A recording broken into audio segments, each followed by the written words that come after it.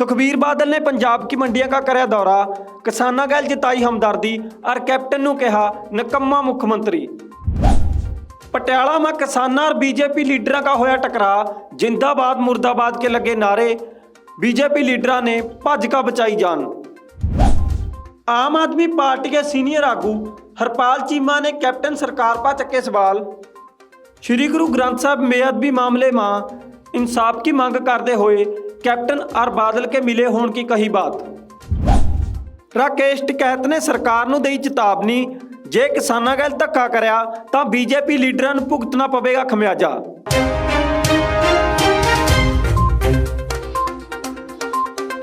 सत श्री अकाल जी, थमे देख रहे हो पुआधी टीवी।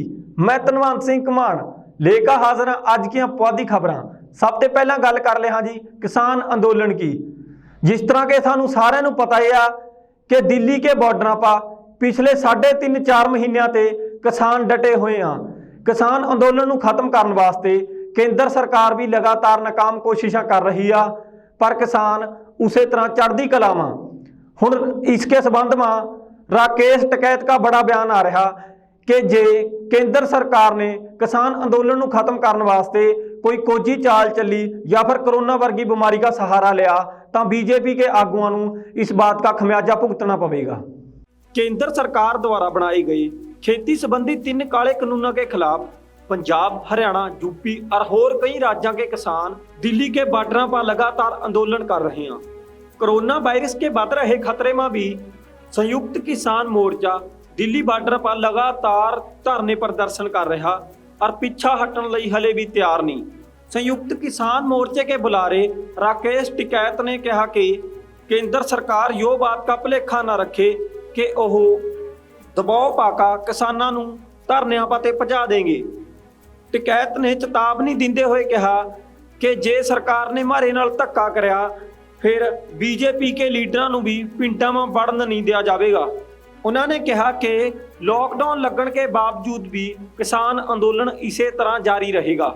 दस दईए कि खेती कानूनों के खिलाफ अड सूबे के किसान पिछले लगातार 4.5 महीनों से दिल्ली के बॉर्डर पर आंदोलन में डटे हुए हैं।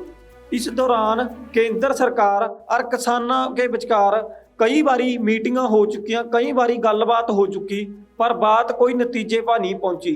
हुण तक किसानों का कहना यो आ भी सरकार कन्न खोल का सुन ले, जब तक जो काले कानून रद्द नहीं होंदे उदों तक असीं अंदोलन समाप्त नहीं करांगे।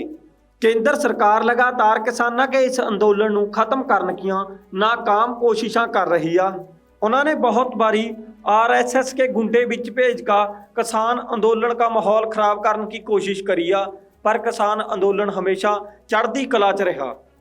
दूए पासा भारत में कोरोना के मामले भी लगातार बढ़ते जा रहे हैं, जिसनों लेकर सरकारां भी बहुत ज़्यादा सख्ती बरत रही हैं।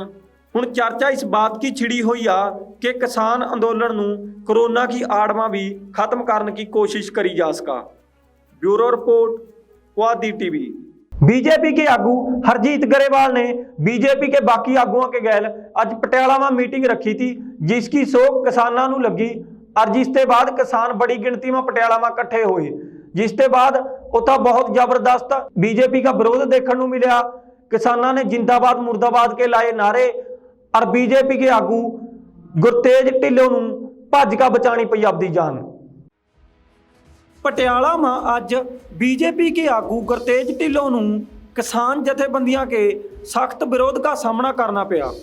गुरतेज ढिल्लों किसानों में यह जा कसूता फसया कि वह भज का अपनी गड्डी में बढ़ गया और गड्डी में बढ़कर उसने अपनी जान बचाई। जिसके बाद किसानों ने बीजेपी के खिलाफ मुर्दाबाद के जबरदस्त नारे लाए। दरअसल बात यो आ कि किसानों को सूह मिली थी भी अज बीजेपी का लीडर हरजीत गरेवाल पटियाला में मीटिंग करने आ रहा, जिस करके किसान बड़ी गिनती में पटियाला बस स्टैंड के बाहर इकट्ठे हुए और इस जबरदस्त विरोध को देखते हुए हरजीत गरेवाल मौके पर नहीं पुज्या। और दूए पासा बीजेपी के स्थानक लीडरों ने मीटिंग जारी रखी, जिसनों देखकर किसानों का गुस्सा भड़क गया और बीजेपी के खिलाफ मुर्दाबाद के नारे लाने शुरू करते। जिसके बाद हालात तनावपूर्ण हो गए और मीटिंग में कई वर्कर ललकारे मारते बाहर आए। इसके बाद किसान कारकुन और लीडर भी भड़क उठे और जबरदस्त नारे लगने शुरू हो गए। पुलिस ने बड़ी मुश्किल नाल माहौल नूं शांत करया, पर किसान इन्ने गुस्से में दे के बीजेपी के स्थानक लीडर गुरतेज ढिल्लों ने भज के आपदी जान बचाई। गुरतेज ढिल्लों भज का जाकर आपदी गड्डी में बैठ गया और आपदी जान बचा के उत्थे ते निकलन की करी। बीजेपी नूं हुण इन्हां बातां ते समझ जाना चाहिदा कि उन्हां की पार्टी नूं पंजाब में किन्ना क प्यार मिल रहा और आने वाले दिनों में उन्हां की हालत के होवेगी। Bureau report, Puadhi TV. Shiromani Akali Dal के प्रधान सुखबीर बादल कल पहुंचे बठिंडा के गोनेयाना की मंडी में। उत्था जाकर सुखबीर बादल ने किसानों के दुख सुने और किसानों का हमदर्दी जताई। सुखबीर बादल ने कहा कि फसलों की सही टाइम पर ना हो रही जो खरीद एक सरकारों की नकम्मी कारगुजारी है। इसके नाल नाल सुखबीर बादल ने कैप्टन अमरिंदर सिंह नूं भी कहा नकम्मा मुख्यमंत्री। बठिंडा के गोनेयाना में अज सुखबीर बादल ने अनाज मंडी का दौरा कराया। उत्था उन्होंने किसानों की समस्यावां सुनिया और कैप्टन सरकार पर निशाना सेधते हुए कहा कि ना तो अनाज मंडियां में बारदाना आ रहा और ना समय सिर फिलिंग हो रही। सुखबीर बादल ने कहा कि किसान मंडियां में कई रातां कट रहे हैं। बड़े अफसोस की बात आ कैप्टन अमरिंदर सिंह नूं इस बात का कोई फिक्र नहीं। विशेष तौर पर दसना बना कि सुखबीर बादल ने यो भी कहा कि मैं अज तक इस तरह का निकम्मा मुख्यमंत्री कदे नहीं देखा। उन्होंने कहा कि किसान उन्होंने सामने एक उदाहरण आ जेड़े के 13 दिनों ते मंडियों में बैठे हैं, होर इससे बड़ा प्रूफ के हो उसका। सुखबीर बादल ने कहा कि 200-300 किसान मंडियों में खज्जल हो रहे हैं। कई किसान तो अपनी फसलां मंडियों में लेकर नहीं आ रहे क्योंकि ना तो उरा फसलां रखण नूं जगह हैगी, ना समय सिर पेमेंट हो रही, ना फसलों की फीलिंग हो रही। सुखबीर बादल ने यो भी ऐलान कराया कि हाले तक 40% किसानों की पेमेंट नहीं हुई, जेड़ी के पिछले 24 घंटे में हो जानी चाहिए थी। जे कैप्टन सरकार ने छेती ते छेती न किसानों का कोई हिला ना कराया, फिर श्रोमणी अकाली दल कोई सख्त कदम चकेगी। Bureau report, Puadhi TV. Shri Guru Granth Sahib जी की बेअदबी और बाइबल कलां गोलीकांड के मामले में आम आदमी पार्टी के सीनियर आगू हरपाल चीमा ने कैप्टन सरकार पर चके सवाल। हरपाल चीमा ने कहा कि अज तक संगतां नूं इंसाफ क्यों नहीं मिलिया और जेड़े यो केस आ इसकी पैरवाई नूं कमजोर करने वास्ते कैप्टन साहब ने बहुत ज़्यादा जोर लाया। हुण हरपाल चीमा ने यो भी बात सामने रखी आ कि बादल और कैप्टन दोहे आपस में मिले हुए हैं, जिस करके कैप्टन बादल नूं बचाने की कोशिश कर रहा। श्री गुरु ग्रंथ साहिब जी के बेअदबी के मामले में जांच कर रही विशेष टीम की report Punjab Haryana high court में रद्द होने के बाद पंजाब सरकार के जनरल एडवोकेट अतुल नंदा पर लगातार सवाल उठ रहे हैं। इस संबंध में आम आदमी पार्टी के सीनियर आगू और विधानसभा में विरोधी धिर के आगू हरपाल सिंह चीमा ने कहा कि कैप्टन अमरिंदर सिंह एडवोकेट अतुल नंदा नूं बचाण में लग्या होया, इस करके ही उसने कुंवर विजय प्रताप सिंह का अस्तीफा मंजूर कराया। उन्होंने सवाल कराया कि जिस एडवोकेट ने कोर्ट में केस नूं कमजोर कराया, कैप्टन अमरिंदर सिंह उसकी पैरवाई करन क्यों लग्या होया। पार्टी के मुख्य दफ्तर में जारी एक चिट्ठी में हरपाल सिंह चीमा ने कहा कि कुंवर विजय प्रताप सिंह के अस्तीफे के बाद न्यू लगा कि कैप्टन की सरकार में ईमानदार ऑफिसर की कोई थां नहीं हैगी। जो है कारण कि पंजाब में भ्रिष्टाचार और गुंडागर्दी फैली हुई है। उन्होंने कहा कि लोग हुण समझ चुके हैं कि बादल और कैप्टन दोहे आपस में मिले हुए हैं और दोहां ने रलका मामले की जांच नूं प्रभावित करने की कोशिश करी है। जांच करने वाले अधिकारियों नूं डराया धमकाया गया ताकि वह उन्होंने टीम ते अलग हो जाए, पर जब पुलिस अधिकारियों ने जांच करी तो कैप्टन अमरिंदर सिंह ने एडवोकेट अतुल नंदा राही केस नूं कमजोर कराया ताकि इस केस की जांच रिपोर्ट कोर्ट में रद्द हो जाए और बादल परिवार इस केस में ते बरी हो जाए। हरपाल सिंह चीमा ने हैरानी प्रकट करते हुए कहा कि बड़े दुख की बात आ कि एडवोकेट अतुल नंदा इस केस के मामले में अदालत में पेश ही नहीं होया और पंजाब सरकार ने केस नूं कमजोर करने वास्ते ही करोड़ों रुपये खर्चते। उन्होंने कहा कि अज पंजाब इन्हां करोड़ों रुपयों का हिसाब और बेअदबी मामले में इंसाफ मांग रहा।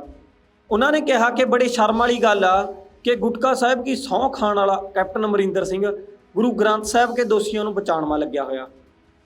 कैप्टन और बादल दोहे मिले हुए हैं और अगे ਨੂੰ इस मामले की जांच कोई उन्होंने पसंद का अधिकारी करे जेड़ा कि उन्होंने बात मन्नी। Bureau report Puadhi TV. अगली खबर जी पाकिस्तान से आ रही है।